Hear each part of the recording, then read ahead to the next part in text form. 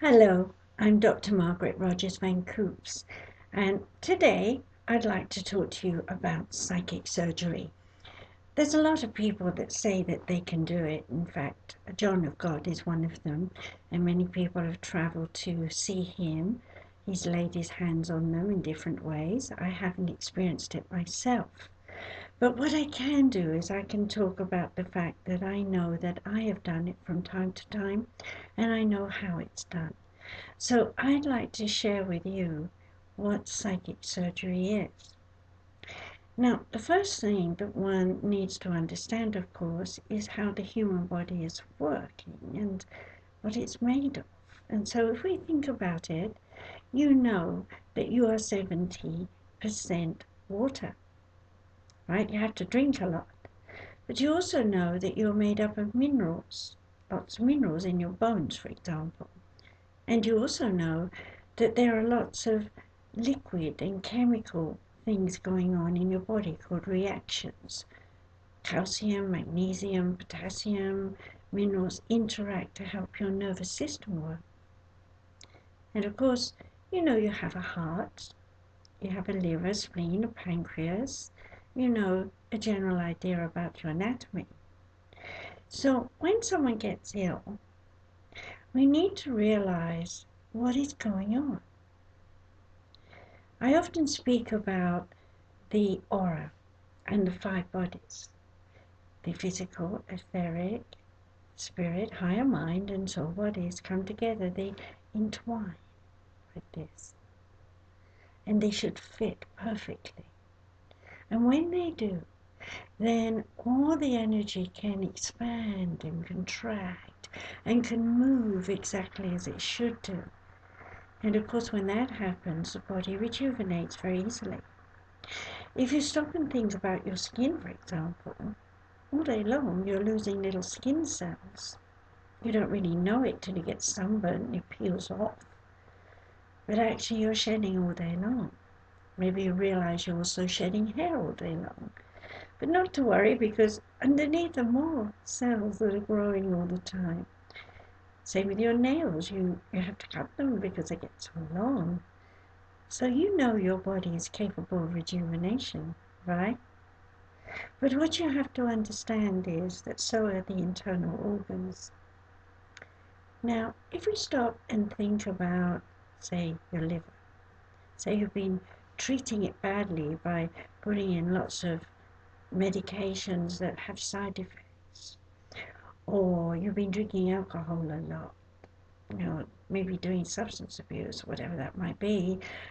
What's your poor liver doing? It's the filter. It's the one that's supposed to sort out everything and put it into little sections, some for burning energy out with glucose and making you have lots of oomph, to other parts of sorting out the vitamins and minerals and things that you need to make you healthy and strong, to cleaning out your blood and so on. There are lots of things that the liver does, and I've just named a few. Okay, so what happens if it goes wrong when you get ill? It's not doing its job very well, is it? Where's all the gases and liquids and solids going around your body? Well, unfortunately, they usually build up somewhere and they block the system somehow.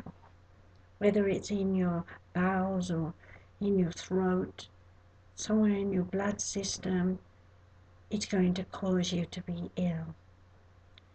And that's when we suddenly think, oh, well, I want a miracle.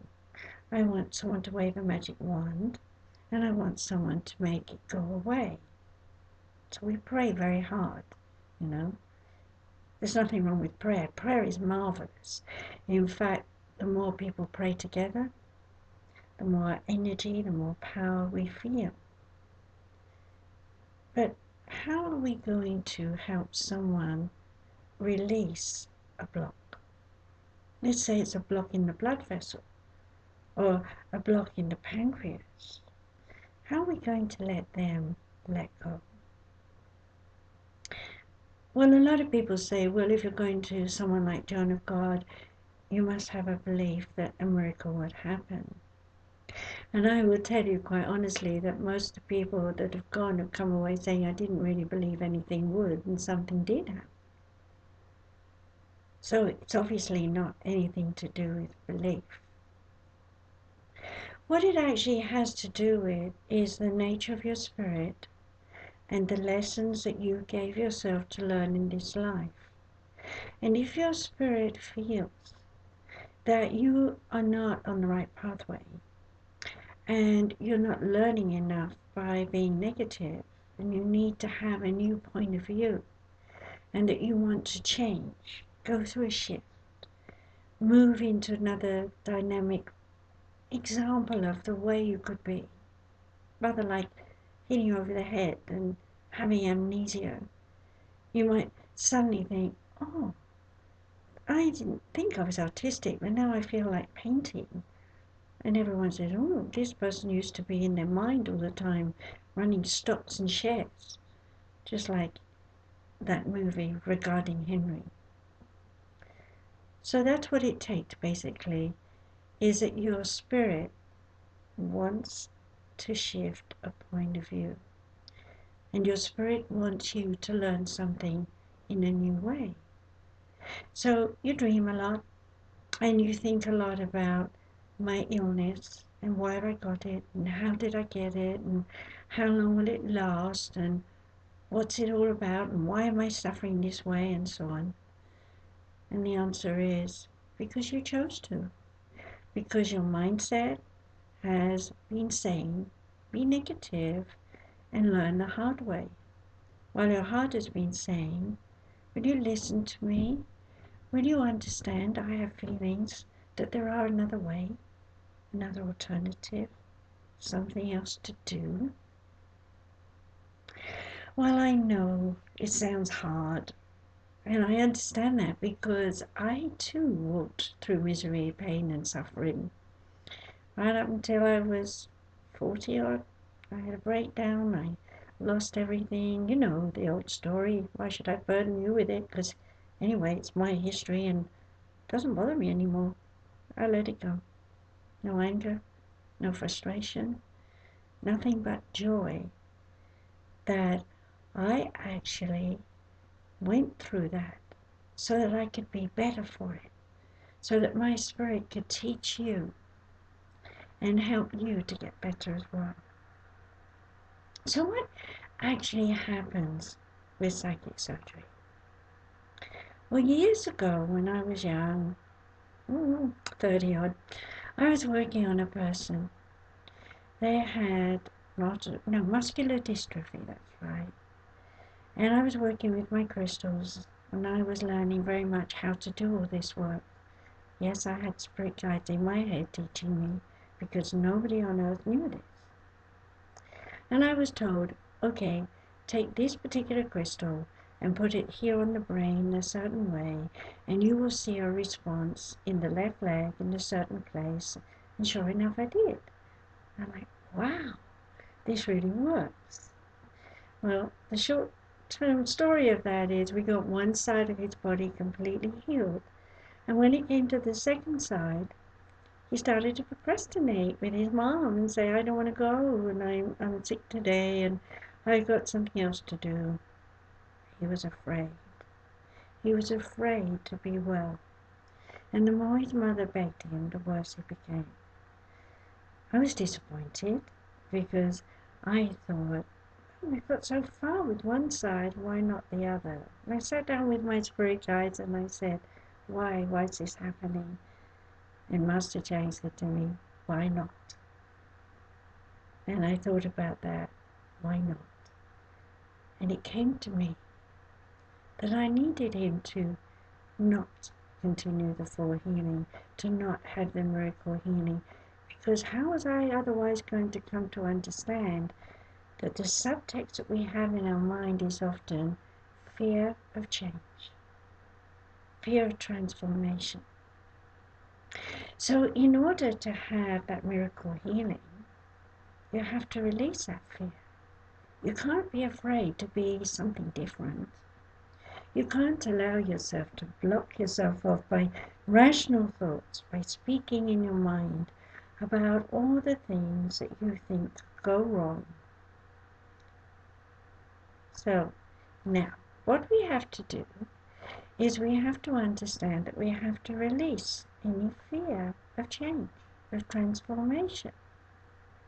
So when someone finally came to me and said, I'm really ready to change, I'm not at all happy with the life I've had, I've walked away from my history, I'm ready for something different, but I've got cancer of the breast, and if I don't get it gone, I'll die. And I said, well, are you afraid of dying? And she said, well, no, not really of being dead, but I am afraid of that last breath. I suffocated. Well, I had to explain to her that death isn't like that at all. It's just like falling asleep at night. You don't know you're going to die at that particular moment, even in the last breath. So she was calm and she was relaxed. And I said to her, okay, let's work on your breast. So I did the crystal acupuncture and used my teragrams and all the things that I normally do to help her. And I got her into a state of grace. In other words, she was without judgment, without fear, without anger, without pain, without sorrow, without loss. She was in the moment. And in that moment, I was able to be the vessel by which the light of love of God, the eternal light, was able to flow through me, through my hands, into her breast. Now, what did it do? What it did was, it saw the lump, transformed the lump into liquid, and then from liquid into gas. And then from gas, that gas, it was poured out through her porises into my nose. And I could smell it, and so could my student. And it wasn't a particularly nice smell. And as that happened, my client said, something felt like a wrench in my breast. As I massaged her breast gently in the area where the tumor was, I felt these little gritty pieces coming out onto the surface of her skin. They were red and green. So we wiped them away. As far as I was concerned, it was done. Then I asked her to close down her chakras. She felt her breast when she sat up. She said, there's no lump. And I said to her, well, that's because you surrendered to the love of God. You surrendered your history and negativity, and now it's gone. Well, I'm happy to say I've done lots of breasts over the years and other places. And there's one woman I particularly wanted to mention who came to me with lumps in her lymphatic system down her legs. She had many lumps. And I just touched different areas around, and one by one all these little lumps disappeared. But the one big lump didn't. And she looked at her leg, and instead of saying, wow, there's lots of little lumps gone, she said, oh, but you didn't get rid of the big lump. And then she got up and thanked me and walked away. I was doing an expo at the time. And I thought to myself, why did Spirit do that? And there they were in my head, and they said, vanity. She needed a tumor, or whatever it was that you want to call it, a lymph node that was swollen. She needed it to remind her that she was vain, and that the smaller lumps that we took away were the cancerous ones, and the large one wasn't. So I didn't feel so bad after all. But you see, the bottom line is psychic surgery in its form is, and I'll repeat it, from solid to liquid to gas. And if we're replacing something, In other words, spirit want to put something back in the body, then we take it from gas to liquid to solid. And you might say, how can that be? Well, I have known in times where I have taken bone from one place and placed it somewhere else in the body where it's needed. So yes, the body is open to allowing energy to be shifted around your body, just like your bowels. They shift energy all the way around. You have gas, it comes and goes. So in the same way, through the blood system, we can move minerals from one place and build them up somewhere else. We can move liquids from one place and put them somewhere else. We can do that in easy 1, 2, 3 ABC levels of awareness.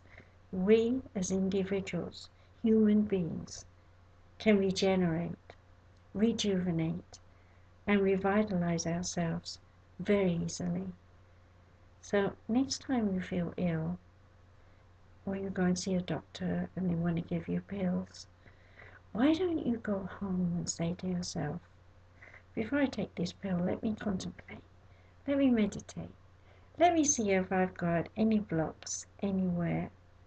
And if you have, meditate and think solid to liquid to gas, and that you can move it from the place it hurts down out through your digestive system and pass it into the toilet where it should go, because you don't need it. But at the same time, remember, you have to change your heart, you have to change your mind, you have to be happy and positive. You can create your own miracle. If you're a healer and you're working with a client, don't lose yourself with your own ideas about a miracle.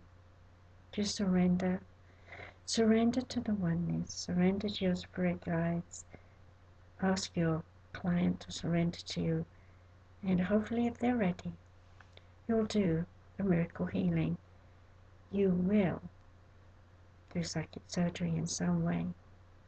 And when you do, you'll know it. So thank you for listening to me. I hope that you'll come back. Subscribe to all my videos and watch them all. And some of them are even in English and Japanese. So don't miss out. There's lots to learn. Bye.